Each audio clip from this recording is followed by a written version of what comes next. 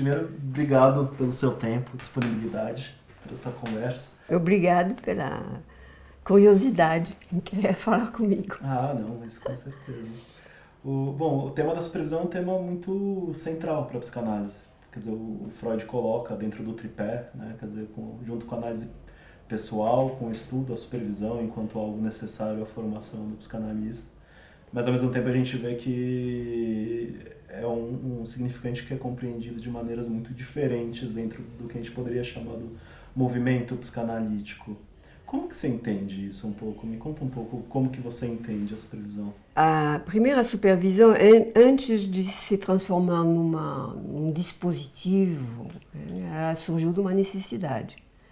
E dos analistas que estavam se formando com Freud, conversar com ele a respeito da clínica que eles estavam experimentando. Inclusive, a gente sabe, nos registros, que tem uma carta de Jung a Freud, que, de uma certa forma, o conceito de supervisão foi inventado a partir de uma carta de Jung, eu acho que foi em 1906, uma coisa assim, a Freud falando do caso da Sabine Spiran, e dos embaraços que ele tinha com a transferência da Sabine. De uma certa forma, já tinha essa necessidade, tinha essa prática, antes de se transformar num dispositivo burocrático, foi uma necessidade e uma prática que surgiu surgiu de uma disposição antes de se transformar num dispositivo. E aí o Freud começou a falar de supervisão a partir dessa experiência, justamente, que ele tinha com os jovens analistas. Eu costumo dizer, meu caro, que nós somos sempre jovens analistas. Tem todo esse debate, os jovens analistas, os velhos. Que justamente a supervisão, perante, é um dispositivo que mantém sempre um analista jovem. Então, Freud, naquela carta, naquele texto, que eu me lembro, em 1919, ele formula, nesse momento, ele formula o conceito de supervisão. Sobre o ensino da psicanálise na universidade, justamente, é aí que ele começa a falar do que é formação psicanalítica. Então, é a questão que ele vai retomar em 1925 com a psicanálise leiga, a questão da psicanálise leiga. E é aí que ele formula o esboço do tripé, que vai se transformar no famoso tripé em 1920, logo depois, com o Max Echtington, que cria o Instituto de Berlim.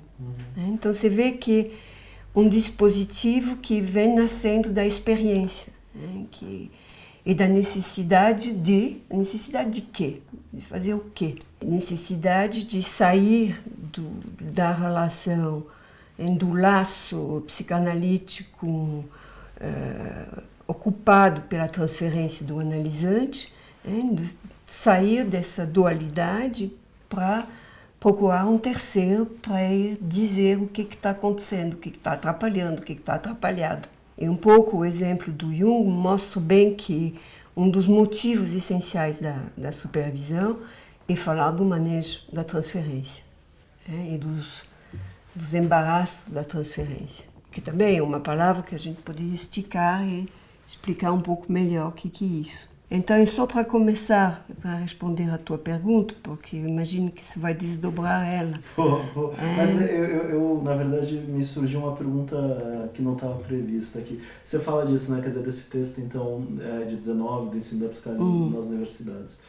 Uns anos antes, em 16, quando Freud começa as conferências introdutórias, de 16, 17, a primeira conferência, ele está falando para uma plateia de estudantes de medicina, né?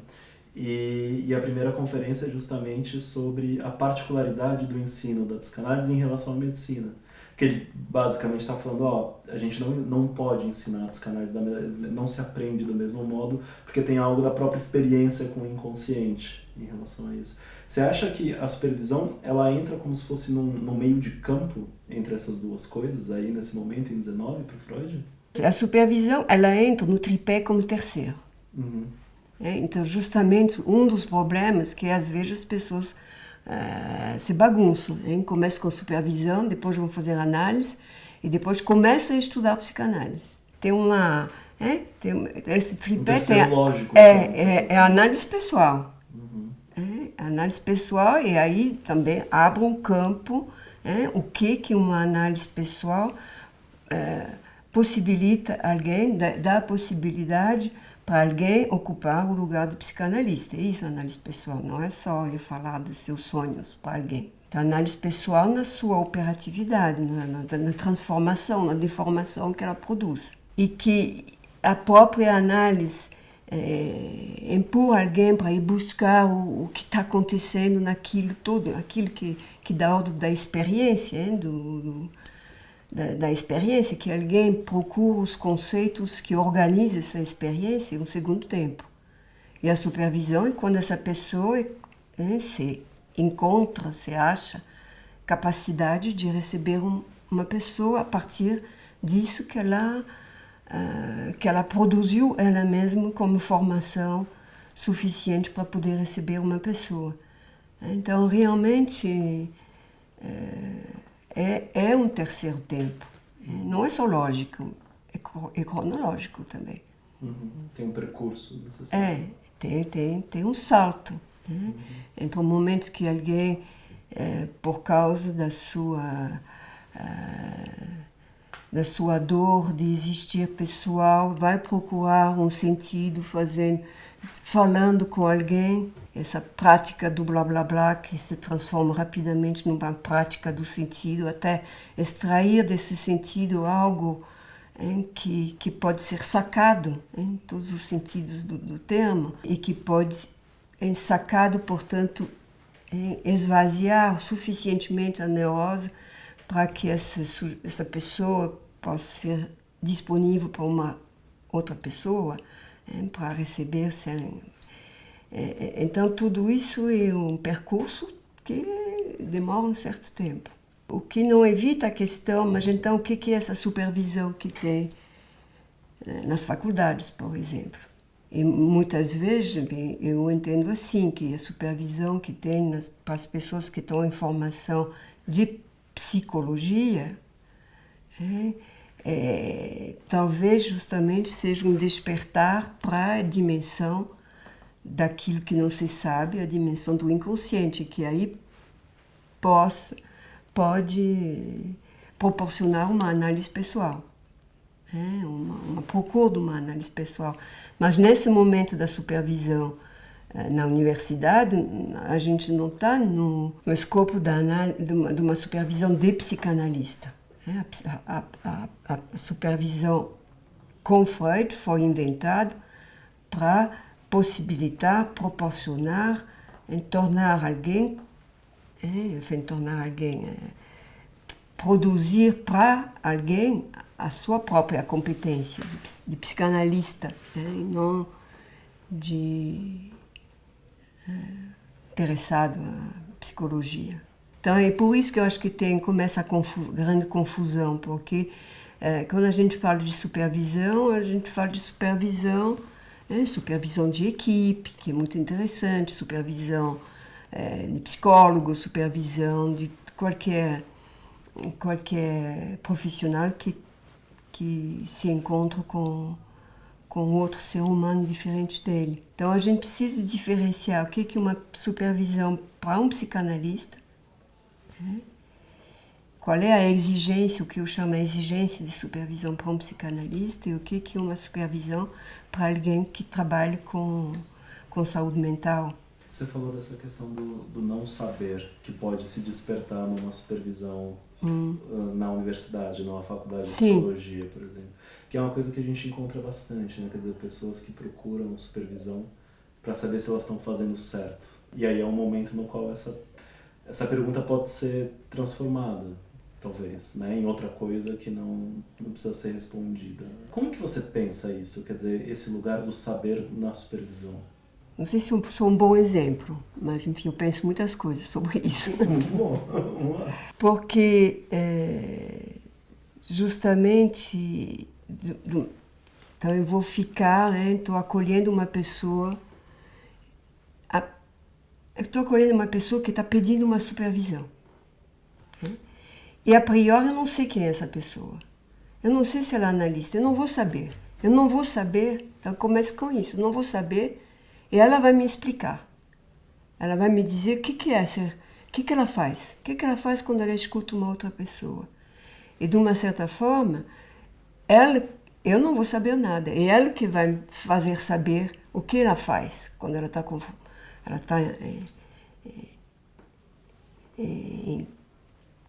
atendendo, recebendo, escutando uma outra pessoa. Então, realmente, esse ponto 1, eu não sei nada. Eu não sei nada do que você faz, você vai me explicar. É por isso que na minha prática de supervisão, eu, em geral, eu acolho as pessoas independentemente da sua origem de formação. Então, eu trabalhei muita gente dos SEDES, até da sociedade, de todos os grupos aí que existem em São Paulo, porque eu não sei o que é ser psicanalista. Ela vai me explicar, e se ela não conseguir me explicar, ela vai saber também em que contradição ela mesma está. Não sei se está contente com a minha resposta. Sim, me parece que sim. Quer dizer, tem algo justamente de um... ela não gira em torno de um saber que está pré-estabelecido, né, pelo que você está dizendo. Sim. E também esse saber não está do lado do supervisor. E, inclusive, isso gera muito desconforto para a pessoa.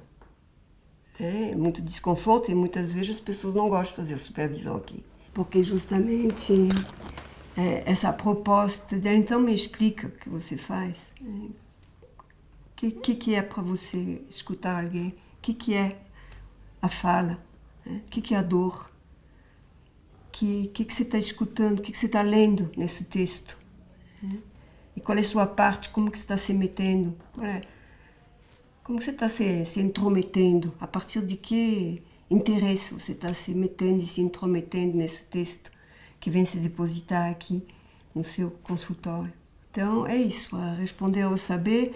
E volto à ideia da supervisão, ela vem no terceiro lugar.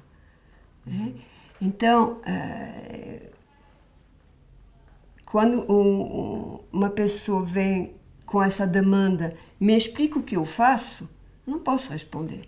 E aí que para mim vem muito a sensação de impostura minha. Porque, claro que a gente tem também um tratamento da angústia do sempre jovem analista.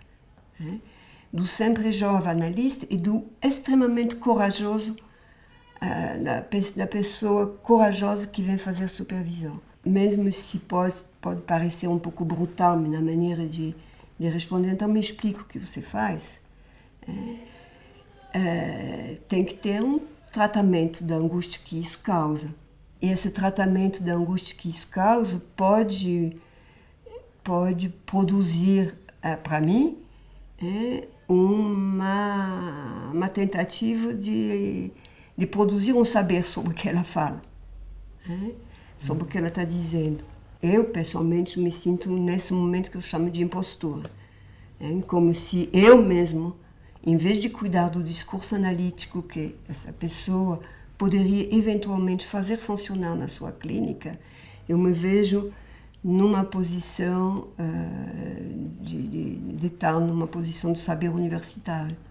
Saber como resistência.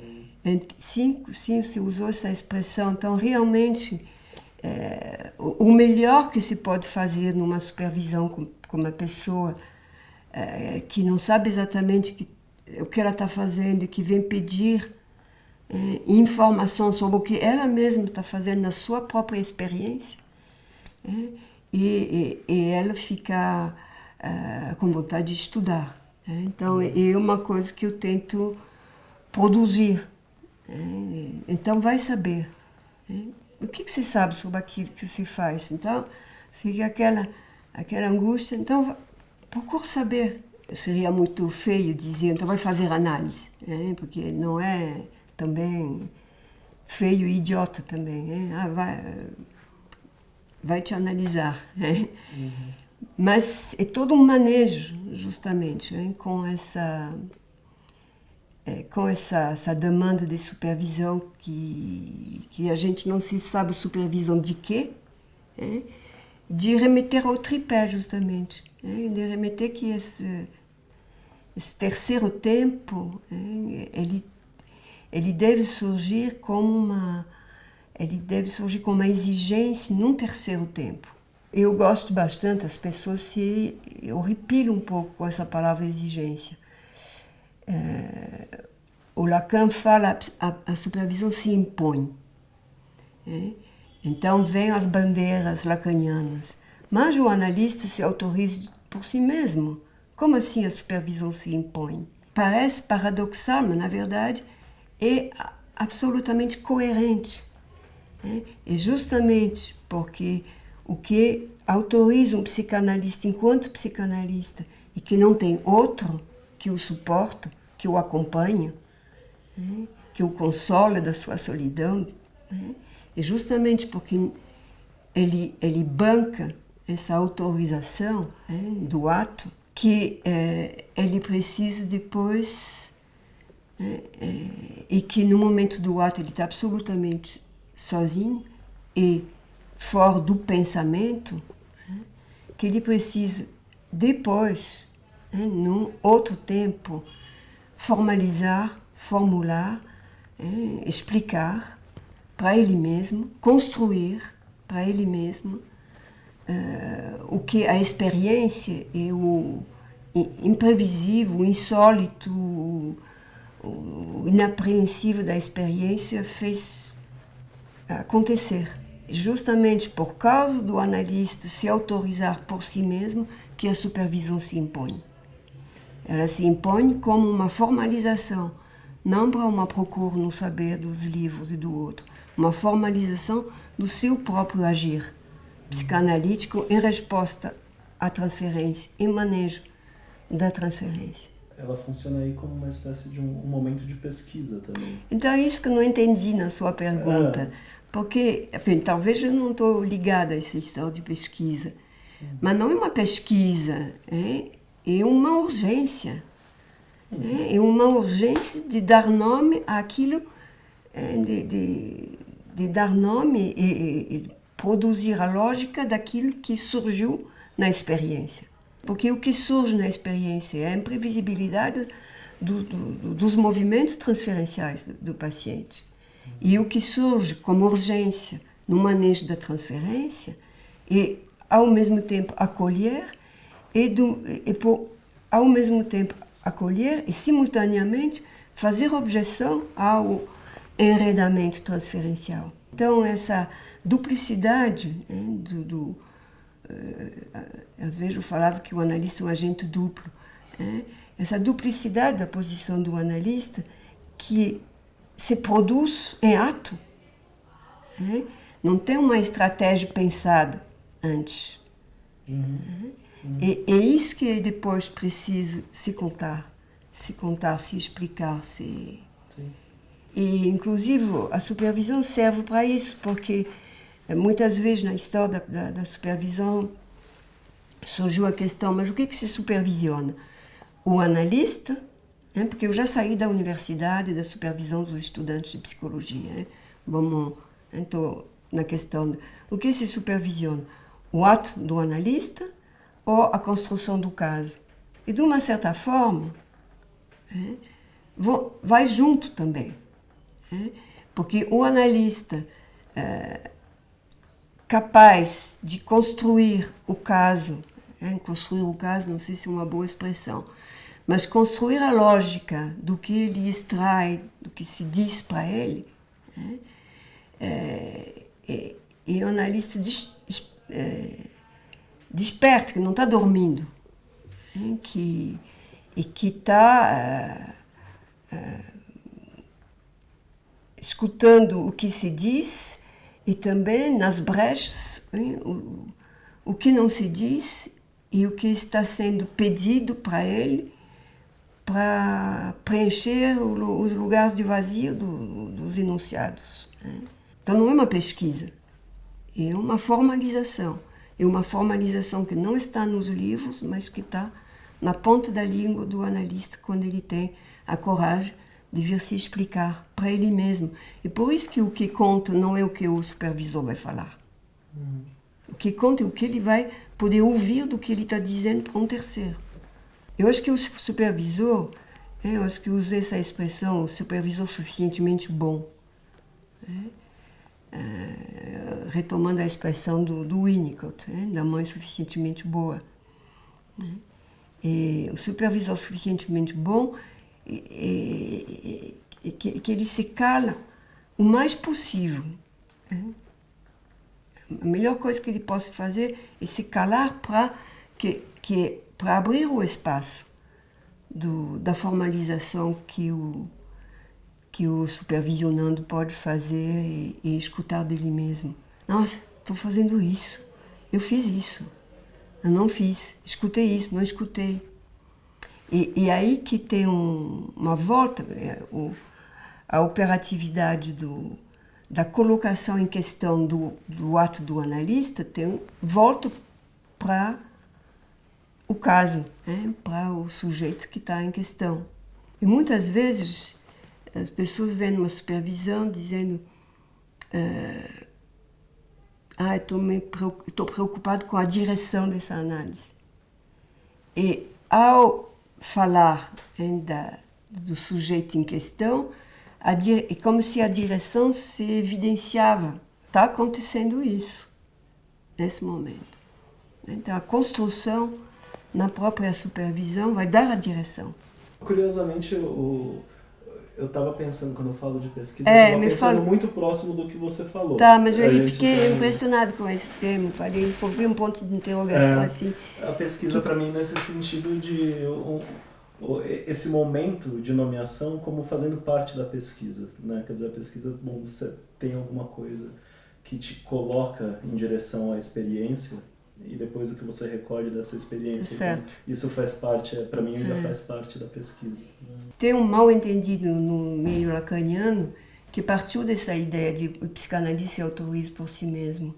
Então, é como se, assim eu vou fazer supervisão, então, é que estou procurando uma autorização.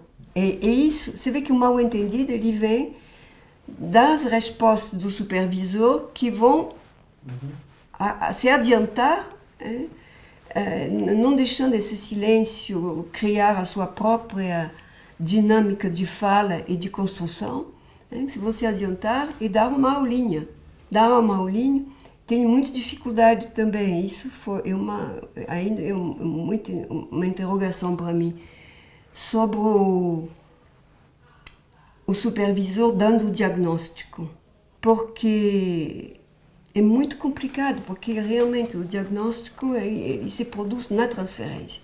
Então, claro que você pode, numa supervisão, extrair um diagnóstico, mas eu estou muito desconfiada assim, de uma supervisão onde vem fazer uma supervisão e aí sai com um diagnóstico, porque é alguma coisa que também surge numa construção do caso. Nesse texto da qual a gente está se referindo, né, que é a tua publicação sobre a questão de formação, né, do psicanalista e a supervisão, o capítulo da supervisão, que você vai falando, uma análise encontra no passe um lugar de formalização, um lugar de transmissão para o público, né, para sair desse espaço solipsista, eu com a minha análise. Então, nem todo mundo passa pelo passe, mas está colocado num horizonte de que é possível que isso seja transmissível, né? Isso. Depois você vai falar dos cartéis, Isso. Que também é um lugar mais importante para o Lacan de transmissão da teoria, na qual aquele que está estudando, né, teria que produzir algo a partir de uma questão pessoal. E você põe nessa linha a supervisão também como algo que me soa um pouco análogo ao passe, quer dizer, eu poder transmitir sobre isso que... Então você vai tirando, né, quem está em formação de qualquer possibilidade de passividade ou de fechamento. Eu nunca tinha feito essa associação tão clara com esses três horizontes do tripé, né? Mas na verdade era a minha interrogação a priori, ao fazer esse livro e a falar da supervisão dentro desse livro, porque minha interrogação é, já que eu estou engajado numa escola de psicanálise e de acordo com o que eu escutei do ensino de Lacan, a minha questão é como que fica esse famoso tripé coerente com o ensino de Lacan, com a orientação lacaniana. Retomando essa questão também, que a supervisão parecia sempre um assunto assim desqualificado. Isso que eu comecei a falar. Desqualificado por causa de me autorizo de mim mesmo, não preciso me autorizar com o outro, e porque é um assunto não mal falado, bem falado, todo mundo fala bem da supervisão, mas pouco falado. E aí, de repente, parece que tem, você vê, eu tenho vários livros de todas as instituições, assim, de repente alguém fala, vamos falar da supervisão. Como se tivesse um certo pudor dos analistas falar da supervisão. Porque justamente, não sei, é uma experiência que não está formalizada, que tem esses equívocos possíveis, esses mal entendidos possíveis de se transformar ou na análise pessoal ou numa aula, no discurso universitário. Então, a minha tentativa, minha intenção, que é uma tentativa também, mas minha intenção era de revalorizar a supervisão para todos os sempre jovens analistas, e revalorizar e entender como justamente, se leu bem, como se a coerência com a orientação lacaniana do que é a análise pessoal e uma análise pessoal que é finita, e que pode se transmitir via o passe, que pode transmitir a operação que ela produziu no sujeito, a subversão que ela produz no sujeito. Isso é inefável, mas pode-se falar. É muito beckettiano isso. Não dá para dizer, mas vamos dizer. Não dá para avançar, mas vamos avançar. Então, que esse passo possível, essa passagem possível para a transmissão do que é uma análise. O cartel, justamente, essa posição ativa, essa posição de apropriação do saber, e não apenas de reprodução de um saber. E por isso que eu gosto, do lado da supervisão, e por isso que eu gosto de chamar, talvez, o supervisionando como passador. Então, passador da sua própria experiência, que precisa de um testemunho para vir dizer isso.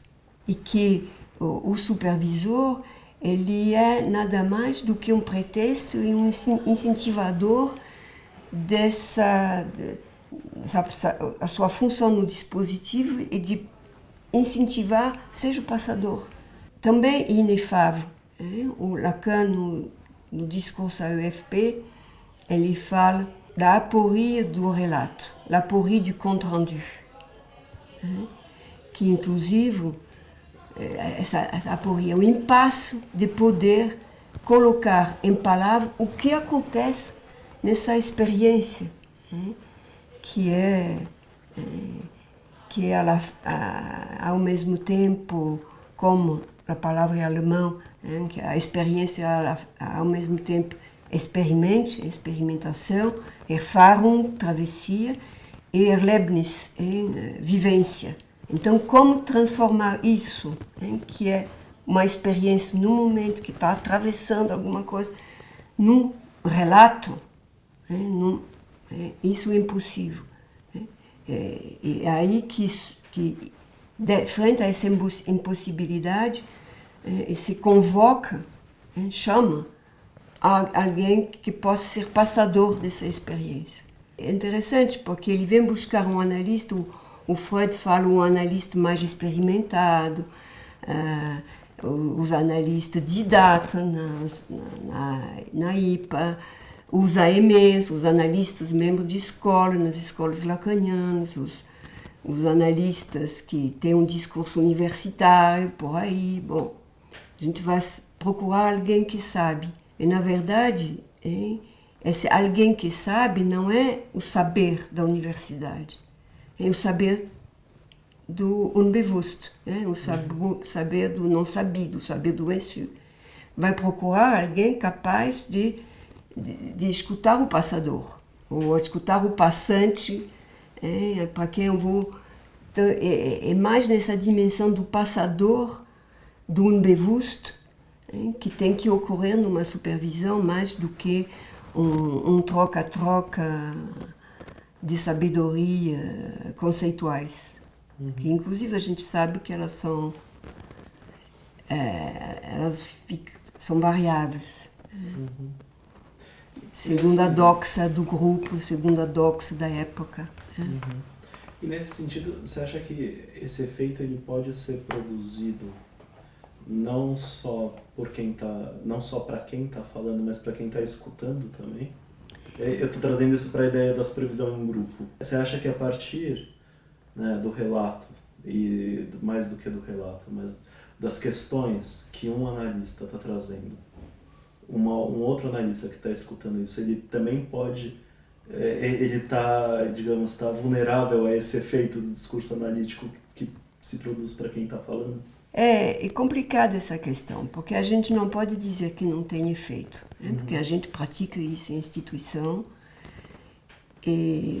mas a gente sabe também que é limitado por diversos motivos, porque a experiência de angústia, né, de alguém que está fazendo supervisão, porque ele está se pondo à prova, ele está pondo à prova o que ele faz em ato na psicanálise, essa experiência de angústia ela é muito singular. Então, isso, a minha angústia pode ter efeito sobre você, mas enfim, eu vou dizer que talvez o mais valioso numa experiência de supervisão é a angústia e o que vai se produzir a partir da angústia. E a angústia na supervisão, porque a angústia dentro da análise, ela não tem validade operativa para analista do analisante. Mas na supervisão ela pode ter um valor, né, de fazer avançar, de fazer dar um giro, né, na pergunta e na formalização do meu ato. É por isso que é 2. Só que realmente a gente pratica. Eu faço esse trabalho em instituição, né, eu vejo os efeitos, eu vejo os limites também. Um dos limites, vou falar dos limites, é da supervisão em grupo, que às vezes acontece quando tem uma exposição de um caso, um relato de um caso em público, que aí se transforma numa supervisão, mas numa supervisão no pior sentido. Cada um chegando com seu achismo sobre o que o outro fez ou não fez. Então, não sei se você tem essa experiência da supervisão em grupo, que quando a gente embarca numa coisa assim, a gente não sabe mais como parar. Porque todo mundo tem uma opinião. Isso, vira a coisa da opinião. Agora, eu sempre falo que a supervisão, eu pessoalmente, eu faço isso. Quando eu estou angustiada, quando eu estou com sono e quando eu estou boring, como que é? Entediada. Então, para mim, são os 3 sinais de alerta.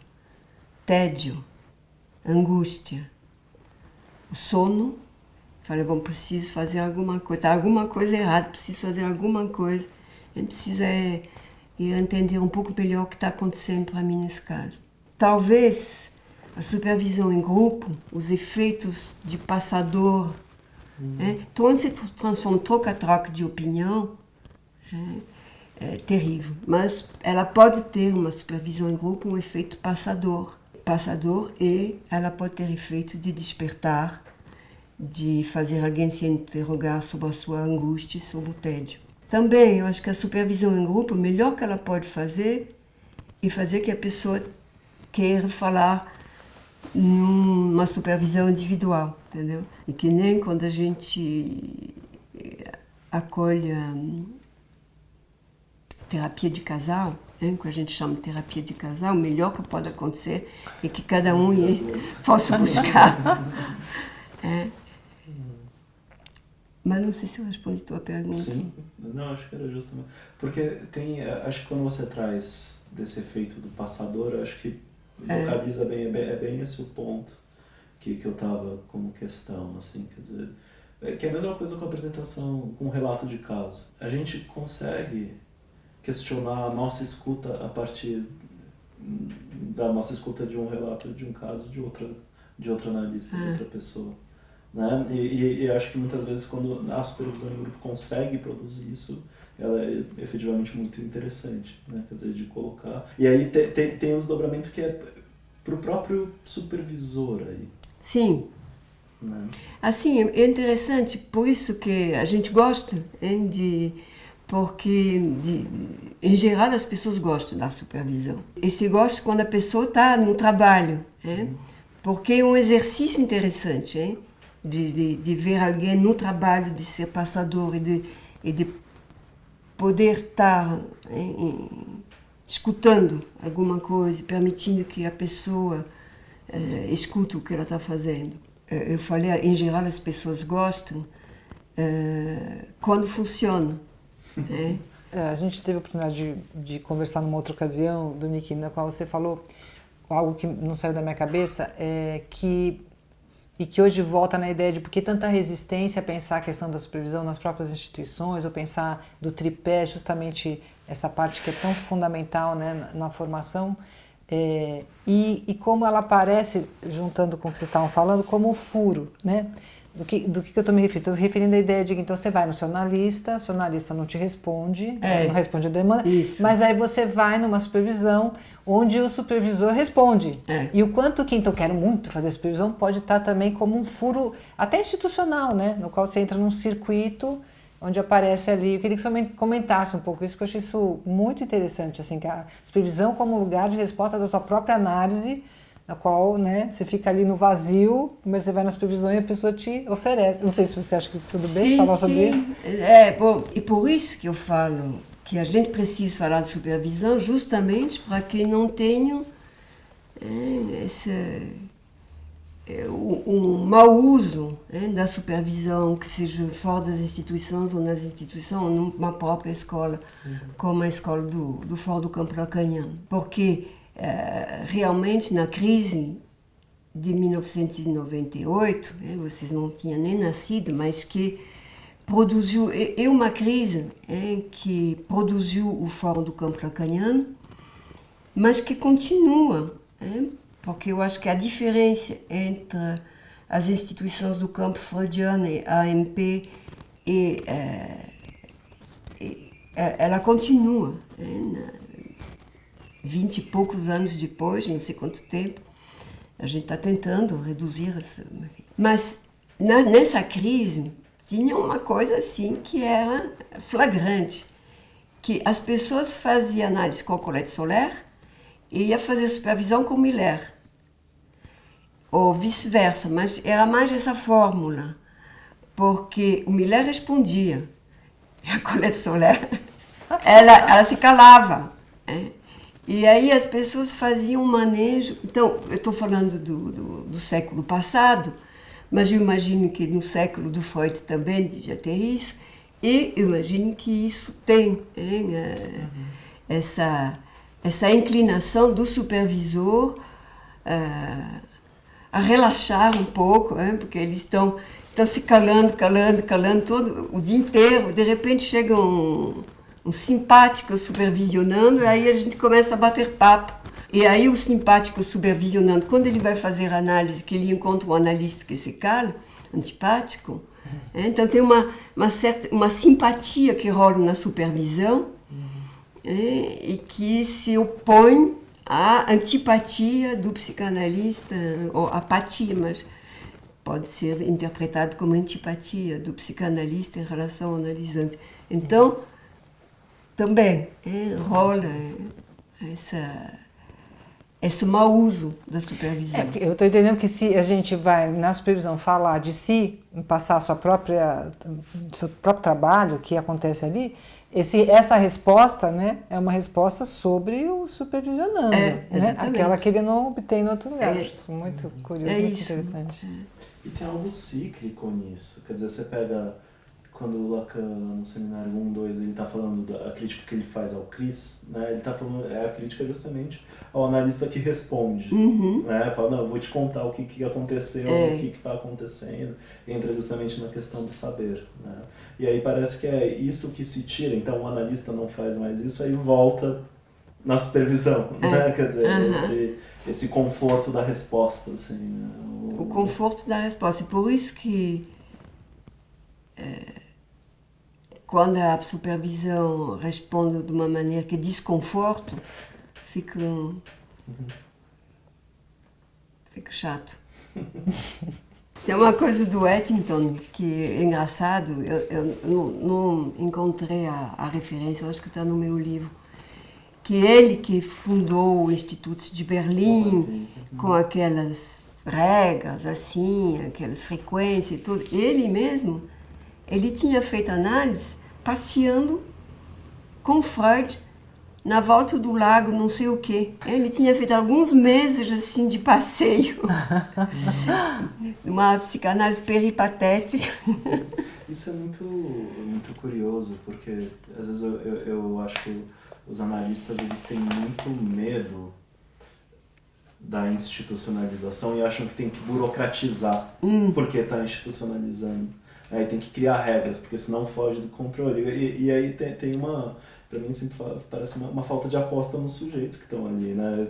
Querendo construir É por junto. isso que eu friso essa questão da exigência, que não é uma coisa burocrática, não é uma coisa assim, de uma cartilha. Quando o Lacan fala a supervisão se impõe, isso que eu tentei explicar, ela se impõe justamente por causa do inapreensível do ato analítico. E que ela se impõe uma exigência ética.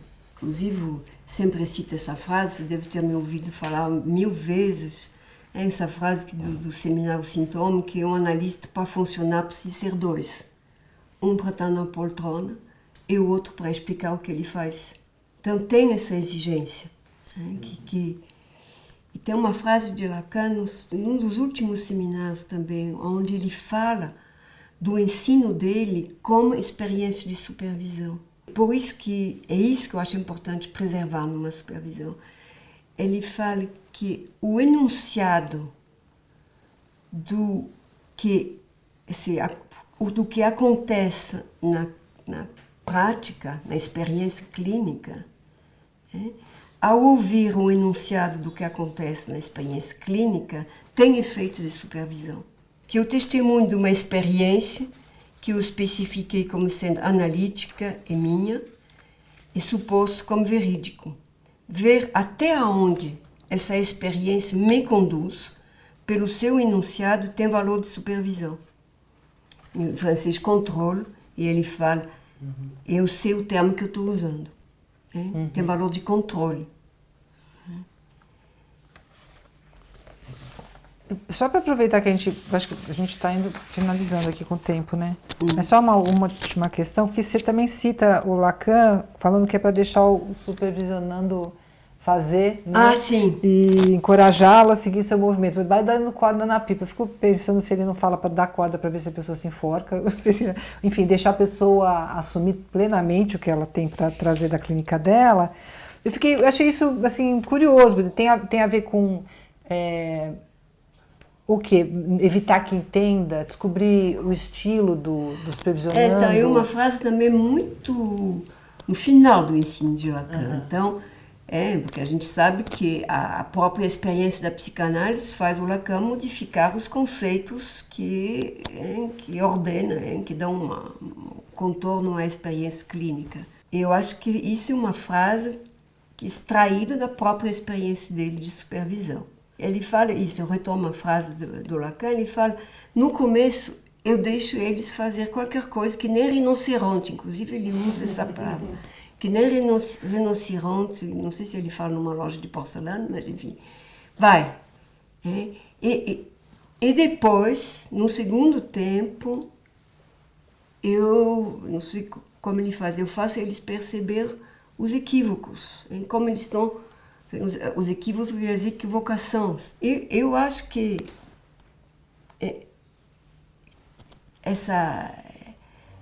essa menção do Lacan é coerente com o analista se autoriza de si mesmo. Então vai, faz. O que se faz? O que se faz quando se faz o analista? Aí esbarrou, o paciente se apaixonou por você, pulou no seu pescoço, que nem para o Breuer. Então, que vai, não é eu te autorizo a te autorizar, mas vai lá, que é essa autorização que te faz te colocar nessa encrenca, que é o manejo da transferência. E aonde que se esbarra? Nos limites que vai te fazer, nos limites que vão se transformar em equivocação, e que forçosamente vão se transformar em equivocação, é a equivocação do sujeito suposto saber, e esbarrando nessa equivocação que você vai se orientar. Então, de novo, ele põe um carro para trabalhar. Vai lá. E aí agora? E agora? Esbarrando nessa meleca, que faz? Não sei se pensou alguma coisa sobre essa história de Lacan falar isso. É muito, acho que muito alinhado com o que você está dizendo. E que é de não deixar a supervisão entrar nesse espécie de lugar de garantia. Né? Quer dizer, que é um pouco o que acontece quando alguém procura a supervisão como, né, algo que vai referendar o que está fazendo, vai falar se está certo ou se não está errado. Que entra nesse lugar de uma garantia. Né? Quer dizer, bom, então tem alguém que vai me dizer se aquilo que eu estou fazendo é analítico, né? É isso que eu devo estar fazendo.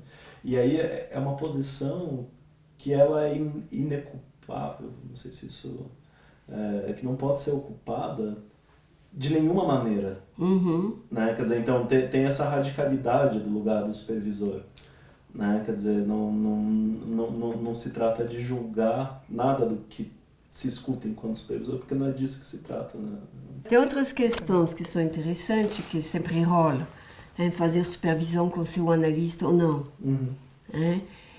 Fazer supervisão com diversos analistas. Então, a história de fazer supervisão com vários analistas, que é justificável pelo fato de é bom ouvir